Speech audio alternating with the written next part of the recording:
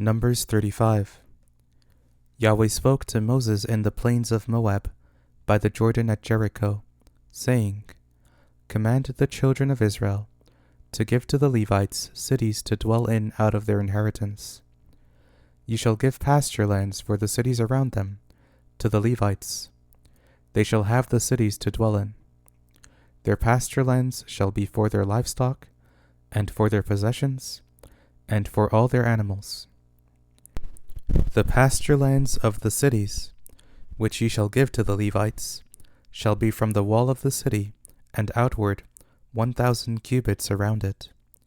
Ye shall measure outside of the city for the east side 2,000 cubits, and for the south side 2,000 cubits, and for the west side 2,000 cubits, and for the north side 2,000 cubits, the city being in the middle. This shall be the pasture lands of their cities. The cities which you shall give to the Levites, they shall be the 6 cities of refuge, which you shall give for the manslayer to flee to. Besides them you shall give 42 cities. All the cities which you shall give to the Levites shall be 48 cities together with their pasture lands. Concerning the cities which you shall give of the possession of the children of Israel, from the many you shall take many, and from the few you shall take few. Everyone according to his inheritance, which he inherits, shall give some of his cities to the Levites.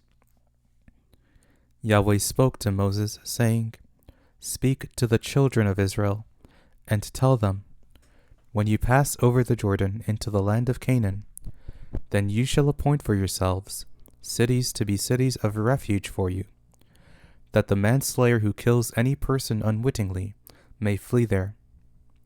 The cities shall be for your refuge from the avenger, that the manslayer not die until he stands before the congregation for judgment. The cities which you shall give shall be for you 6 cities of refuge. You shall give 3 cities beyond the Jordan, and you shall give 3 cities in the land of Canaan. They shall be cities of refuge. These 6 cities shall be refuge for the children of Israel, for the stranger, and for the foreigner living among them, that everyone who kills any person unwittingly may flee there. But if he struck him with an instrument of iron, so that he died, he is a murderer. The murderer shall surely be put to death. If he struck him with a stone in the hand, by which a man may die, and he died, he is a murderer. The murderer shall surely be put to death. Or if he struck him with a weapon of wood in the hand, by which a man may die, and he died, he is a murderer. The murderer shall surely be put to death. The avenger of blood shall himself put the murderer to death. When he meets him, he shall put him to death. If he shoved him out of hatred, or hurled something at him while lying in wait, so that he died, or in hostility struck him with his hand, so that he died, he who struck him shall surely be put to death. He is a murderer. The avenger of blood shall put the murderer to death when he meets him. But if he shoved him suddenly, without hostility, or hurled on him anything without lying in wait, or with any stone, by which a man may die, not seeing him, and cast it on him so that he died, and he was not his enemy, and not seeking his harm, then the congregation shall judge between the striker and the avenger of blood, according to these ordinances. The congregation shall deliver the manslayer out of the hand of the avenger of blood, and the congregation shall restore him to his city of refuge, where he had fled. He shall dwell therein until the death of the high priest, who was anointed with the holy oil.